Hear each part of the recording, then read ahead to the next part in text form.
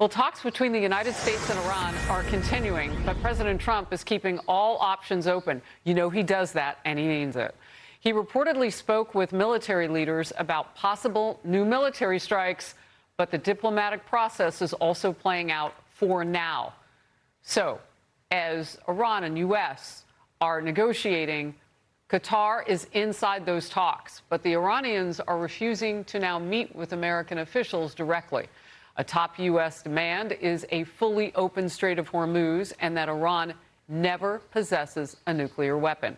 Iran and Oman now reportedly want to charge tolls on ships passing through the strait. Now, they don't control it, but they want to monetize it. The White House says that's not okay. Chief Foreign Correspondent Trey Yingst. Trey.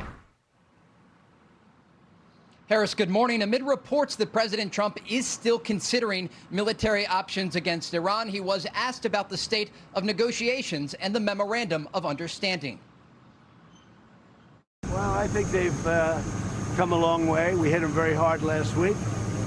I think they're fine. I think we're going to. It's the denuclearization of Iran. It's very simple. And Iran cannot have a nuclear weapon.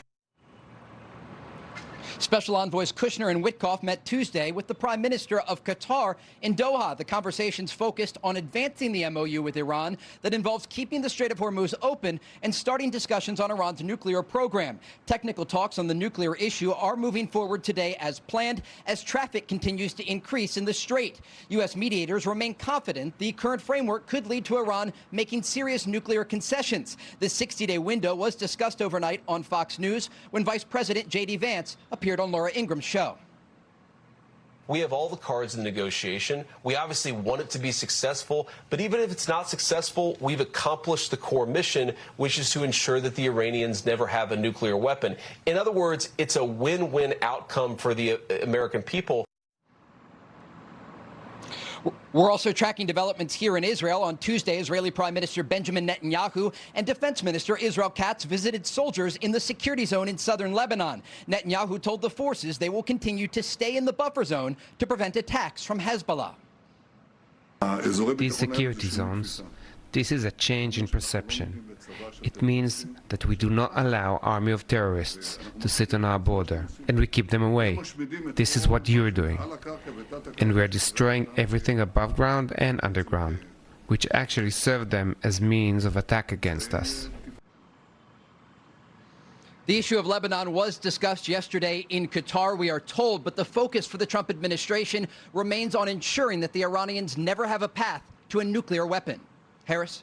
Trey, real quickly, because I know you look at all of this spherically, including the politics, is it a sign, seeing Netanyahu standing in a demilitarized zone, for lack of a better term, inside Lebanon, is that a sign that there's some relations that have gone forward between the leadership of Lebanon, not Hezbollah, Lebanon, and Israel?